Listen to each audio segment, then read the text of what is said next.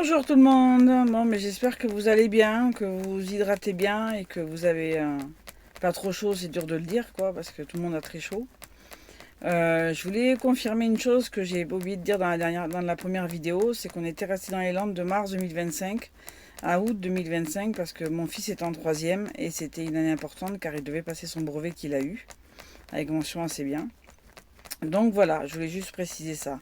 Ensuite, nous sommes partis sur Pau le 30 août 2025 pour la rentrée de mon fils. Mais nous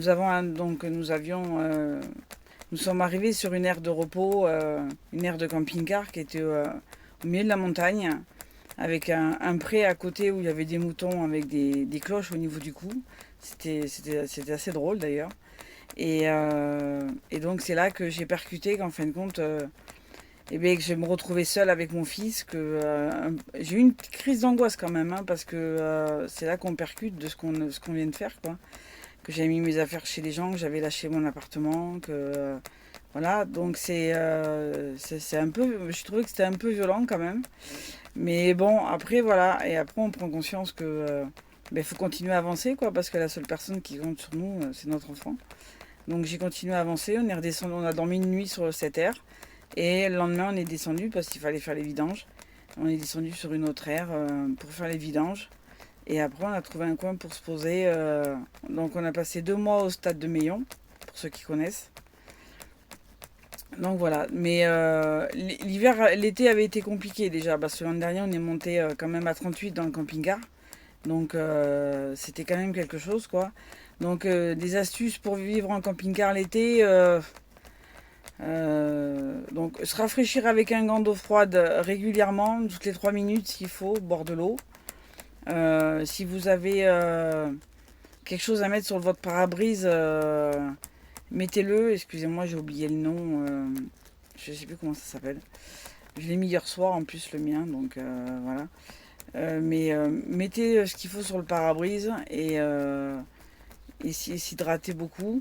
Déplier le haut-vent devant pour essayer de garder un peu de frais dans le camping-car.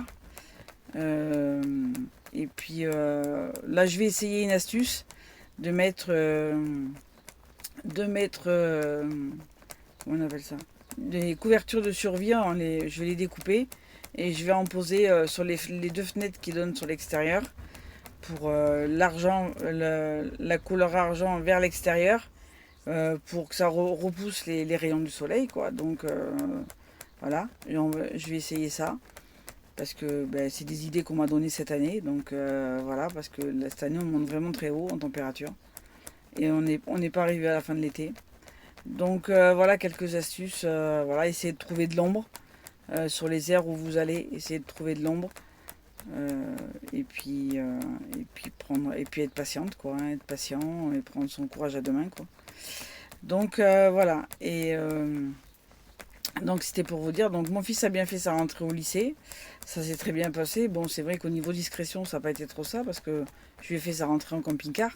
Donc j'avais pas encore récupéré ma voiture. Donc du coup, voilà. Sauf que quand j'ai vu la côte du lycée où ils ont mis un feu rouge en plein milieu de la côte, j'ai dit à mon fils, s'il pleut, que le feu il est au rouge, je redescends en reculant. Donc du coup, c'est de là que j'ai dit, puis le camping-car, il met pas du tout la côte. Donc du coup, j'ai dit, bon, je vais récupérer ma voiture. Donc l'ami qui l'avait me l'a descendu.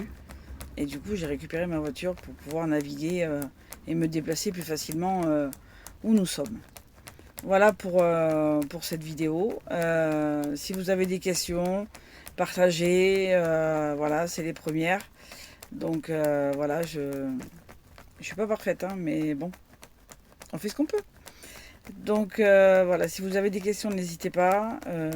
Mais après, je regrette, à l'heure d'aujourd'hui, je regrette toujours pas d'être partie en camping-car et ça m'a appris plein de choses. Donc voilà. Bon, mais prenez soin de vous. Pour saluer tous les camping-caristes qui sont sur les routes de France ou d'Europe et qui se promènent. Voilà, je voulais tous vous saluer. Bon courage à vous, bonne route à vous, soyez prudents et à très bientôt. Au revoir.